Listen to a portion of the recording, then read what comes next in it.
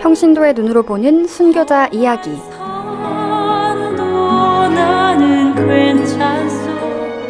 이 시간은 주님을 마음 깊이 사랑하고 순교로 그 사랑을 증명했던 순교자들의 삶과 영성을 따라가 보는 시간입니다.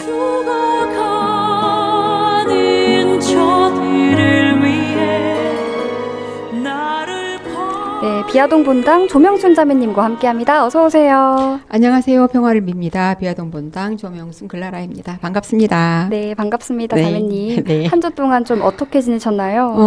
이번 한 주간은 좀 바쁘게 지냈습니다. 네. 저희 지난 주말에 저희 친정 가족 모임이 보령에서 있었는데요. 가족 모임도 하고 또 다음 날이 마침 주일이어가지고 갈매모 성지에서 가까이에 있는 갈매모 성지에서 또 주일 미사도 드리고 순례도 하고 왔고요.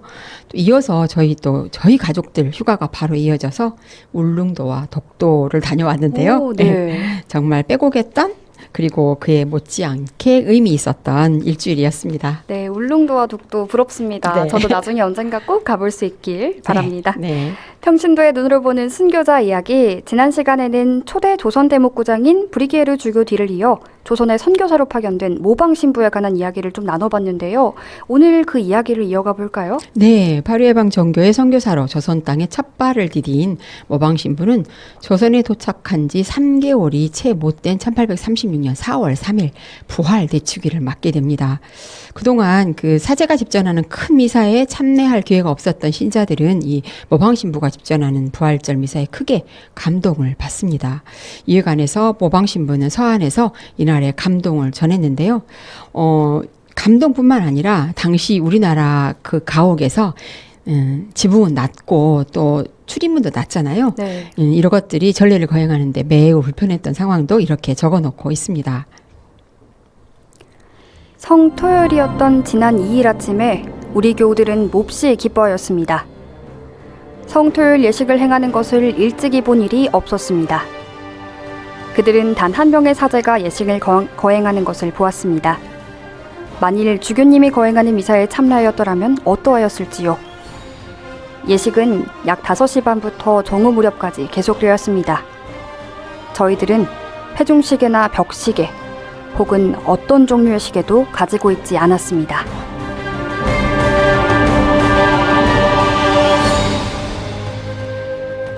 성직자의 부족 다음으로 예식을 거행하는데 가장 큰 장애는 장소에서 오는 것이었습니다. 저희들은 갈대 끝에 십자가를 매달았지만 십자가도 부활처도 갈대도 머리 위로 쳐들 수가 없었습니다. 보통 몸을 굽히지 않고는 조선식 집에 들어갈 수가 없고 키가 5자를 조금이라도 넘는 사람이면 방 안에서 불편합니다.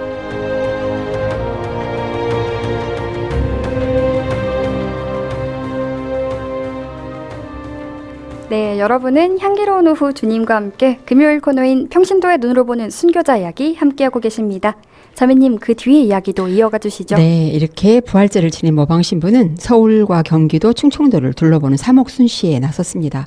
모방 신부가 1836년 한양에 도착한 그 해 한 해 동안 대략 16곳에서 17곳의 교우촌을 방문했는데요. 고해송사는 물론이고요. 또 세례도 주고 보례도 주었고요. 필요한 사람에게는 또 혼인성사와 또 정부성사도 주었습니다.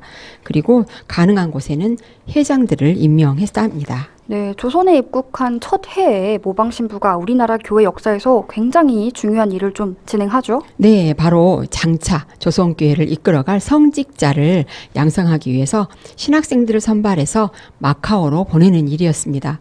모방 신부가 입국하자마자 신학생들을 선발했던 것은 파리해방 정교회의 그 창립 정신에 따른 것이었는데요. 파리해방 정교회가 이 선교지에서 노력해야 하는 우선순위를 이렇게 정해 놓고 있었거든요. 첫째, 적합한 사람들을 선발하여 성직자로 양성하는 일. 둘째, 새 신자들을 적절히 돌보는 일. 셋째, 비신자들의 회개를 위해 노력하는 일이었는데요. 여기서 둘째보다는 첫째가, 셋째보다는 둘째가 더 중요하기 때문에 그 우선순위를 절대로 뒤바꾸지 말 일이라고 이렇게 파리해방 정교회 회칙 1장에 명시해 놓았기 때문에 그 현지인 성직자를 양성하는 일은 그 무엇보다 중요한 최우선의 일이었습니다. 네. 당시 신학생들을 선발한 시점을 보면요. 모방신부가 조선인 성직자 양성을 얼마나 중요하게 생각했는지 알 수 있습니다. 네, 맞습니다. 지금도 신학생 또 선발과 사제 양성이 굉장히 좀 중요한 일이지 않습니까? 그런데 이제 막 신앙의 뿌리가 자리 잡기 시작한 조선교회는 오죽했을까 싶습니다. 맞죠? 네, 맞습니다. 1836년 1월 15일에 한양에 도착한 모방신부는 이 도착한 지 22일 후인 2월 6일에 벌써 첫 번째 신학생인 최양업 토마스가 한양에 있던 모방신부에 거처에 도착을 합니다. 네. 이어서 3월 말에는 최방제 프란치스코 사베리오가 도착을 했는데요.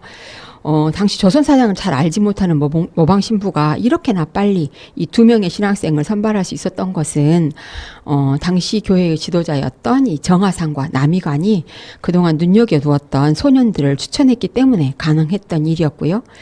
마지막에 선발된 김대건 안드레아는 상황이 조금 달랐습니다. 어떻게 달랐을까요? 용인에 있는 골배마실에 살고 있던 소년 김대건은 이 두 명의 신학생이 이미 한양에 도착한 후인 4월에야 은희공소에서 모방신부에게 세례를 받았고요.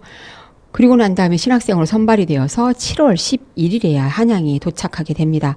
먼저 도착한 최방제와는 이제 4개월 내지 5개월이 늦게 된 셈입니다. 네, 그리고 모방 신부는 이 3명의 신학생들에게 몇 달 동안 간단한 라틴어 등과 좀 기초적인 교육을 시켰다고 하죠? 네, 그렇습니다. 우선 급한 대로 라틴어 등을 이렇게 교육시킨 모방 신부의 마음을 헤아려 볼 수 있는 서한이 있는데요. 1836년 12월 3일에 쓴 그 느그레지와 신부에게 보낸 편지입니다.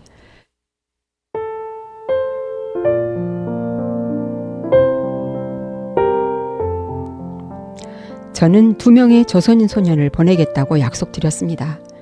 그런데 장차 또다시 신학생을 보낼 수 있는 기회가 없을까 염려되어 그들의 1명을 더 추가하였습니다. 세 번째 소년은 저와 4, 5개월밖에 함께 지내지 못하였습니다.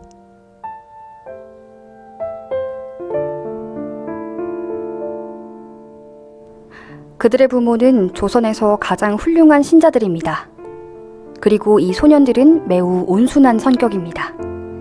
저는 주님의 은총으로 신부님께서 이 소년들에게 만족하시길 바랍니다. 그들은 성심을 다해 공부에 전념할 것과 주님의 섭리가 명하는 대로 교회 어른들에게 완전히 순명할 것을 서약했습니다.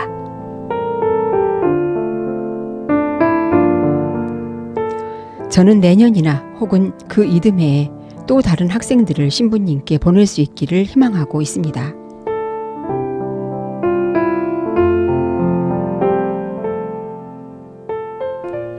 네, 자매님, 그럼 그 초기 조선 교회 초석이 될 이 3명의 신학생들은 언제 조선 땅을 떠나게 되나요?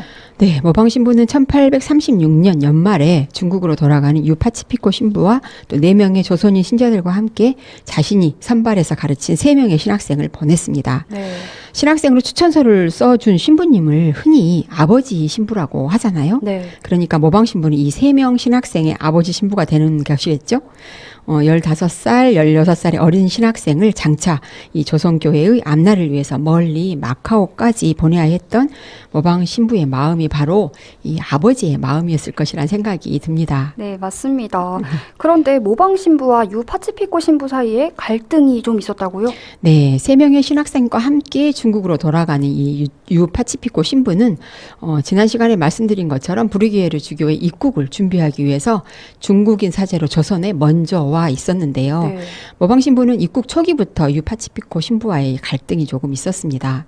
모방 신부는 이 유파치피코 신부의 그 선교 방식과 또 조선에서 행실을 문제 삼아서 이 교황청에 포교성성에 제소를 했고요. 브리게르 주교로부터 유임받은 이 자신의 총대리 자격으로 이 유파치피코 신부를 중국으로 돌려보내기로 했던 거죠. 그래서 이 4명의 조선인 신자들은 이 3명의 신학생과 함께 또 유파치피코 신부를 모시고 가게 된 것입니다. 조선인 신자들은 중국으로 돌아가는 유파치피코를 배웅해 드리고요. 또 3명의 신학생들을 마카오로 안내할 또 안내자에게도 맡기는 한편으로 조선 대목구에 선교사로 배정된 또 한 명의 선교사를 만나서 조선으로 안내를 합니다. 오, 그분이 누굴까요? 네, 그가 바로 파리해방정교회 선교사로 두 번째로 조선 입국에 성공한 사스탕 신부였습니다. 사스탕 신부 왠지 네. 이름이 낯설지가 않거든요. 네. 선교사 이야기를 진행하면서 좀 여러 번 거론이 되었던 걸로 기억이 났는데요. 이분은 어떤 분이셨을까요? 네, 자크 오노레 사스탕은 이 프랑스 이름이고요. 한국식 이름은 정아각백. 이 이름 역시 좀 독특한 이름이죠. 네, 특이하네요. 예, 지난 시간에 소개해드린 모방신부의 한국식 이름이 나백다록이었고요. 네. 사스탕 신부의 한국식 이름은 정아각백인데요. 두 분 다 좀 독특합니다. 네. 이 사스탕 신부의 세례명은 야고보이고요. 사스탕 신부는 1803년 10월 7일 마르쿠라는 작은 마을에서 자그마한 땅을 경작하는 소박한 농부의 아들로 태어났습니다. 어린 사스탕은 아버지의 양떼를 지키는 일을 했다고 하는데요. 10살이 될 무렵에 이 어린 사스탕이 이 공부를 하고 싶어 하자 그의 부모는 그를 학교에 보내주었답니다. 네, 그 후 샤스탕은 학업을 계속하기 위해서 좀 여러 곳으로 옮겨 다녀야 했다고요? 네, 4년 후에는 초급 라틴어를 배우러 이웃마을로 갔고요. 또 15세에는 중등교육을 받기 위해서 디뉴로 갔다가 1820년에는 다시 디뉴를 떠나서 앙부랭 중학교로 갔습니다.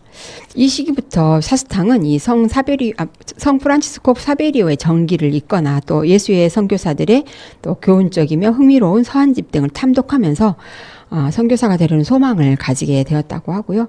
1822년 말 사스탕은 다시 디뉴에 있는 고등학교에서 철학 강의를 들었고요. 그 이듬해인 1823년 신학교에 입학을 하게 됩니다. 선교사가 되고자 하는 꿈을 가지고 있던 이 사스탕 신부는 사제직에 가까이 올라갔을 때 교구장에게 파리해방 정교회 신학교로 갈 수 있게 해달라고 허락을 요청을 했고요. 1826년 12월 11일 드디어 사제서품을 받게 된 그는 한 달 후인 1827년 1월 6일 이제 선교사로 떠나기 위해서 가족들과 작별을 합니다. 가족들은 사스탕 신부가 선교지로 가고 싶어 하는 아들의 소망을 이미 알고 있었지만 아들이 그토록 사제서품을 받자마자 이렇게 일찍 떠나야 한다는 것은 좀 매우 놀라운 일이었던 것 같습니다. 네, 아무래도 부모의 입장으로는 조금 섭섭하고 서운한 마음이 있었을 법도 한 것 같습니다. 네, 그렇죠. 이렇게 놀란 가족들은 어떻게 했을 것 같아요? 어떻게 하셨을까요? 눈물을 글썽이며 네. 제발 가지 말라고 간청을 했다고 해요. 그런데 사스탕 신부는 안 굽혔겠죠? 네. 네, 선교사로서의 뜻을 굽히지 않았고요.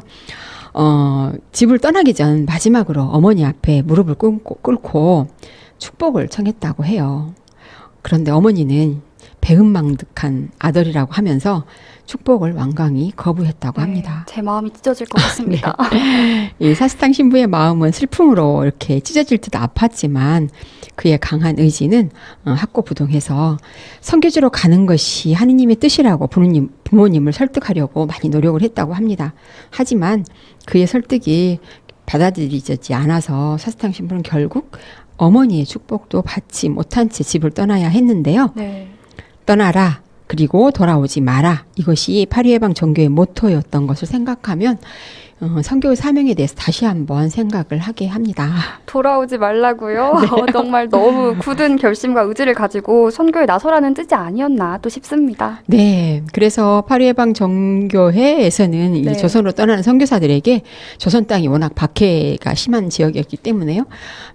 그런 조선으로 떠나는 선교사들에게 죽음을 준비하는 성사인 정부성사를 미리 받게 했다고 합니다.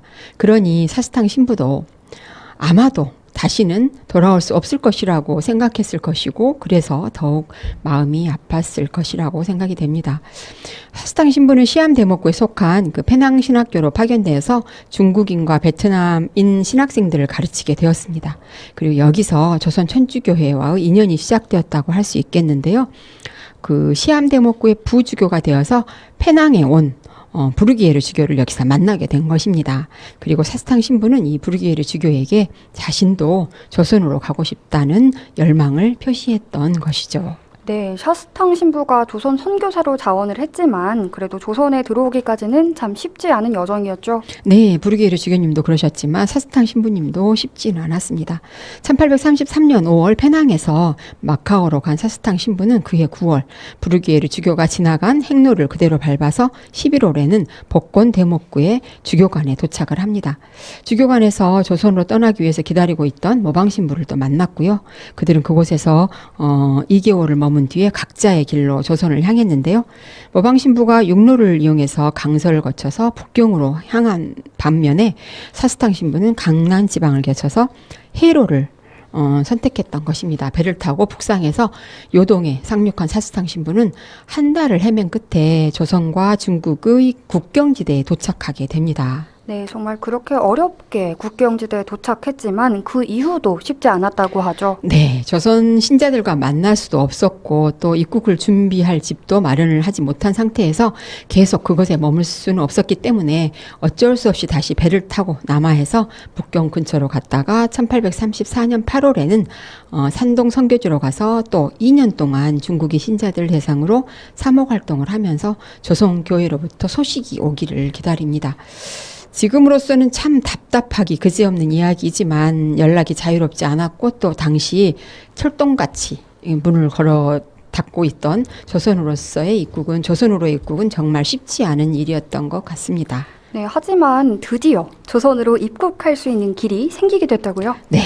산동을 떠난 사스탕 신부는 1836년 12월 13일 만주의 심양에 도착을 했고요. 12월 25일에는 조선으로 가는 관문에 도착합니다. 그리고 나흘 뒤인 12월 29일 이곳에 도착한 그 유파치피코 신부와 3명의 신학생 그리고 조선인 신자 4명을 만나게 되죠.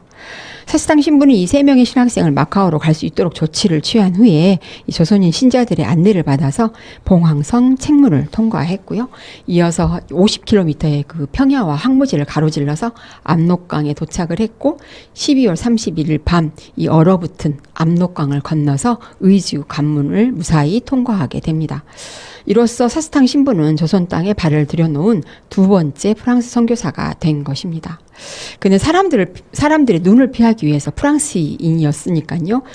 상복으로 변장을 한 사스탕 신부는 1837년 1월 15일 한양에 무사히 도착을 해서 모방 신부와 합류하게 됩니다. 모방 신부가 한양에 도착한 지 딱 1년 만의 일이었고요. 이제 조선 땅에는 두 분의 프랑스 선교사가 현존하게 된 것입니다. 네, 아쉽지만 다음 시간에 이야기는 좀 이어 들어보도록 하고요. 오늘은 여기까지 이야기 나눠보겠습니다. 오늘도 좋은 말씀 감사합니다. 네, 고맙습니다. 네, 지금까지 비아동본당 조명순 자매님과 함께했습니다.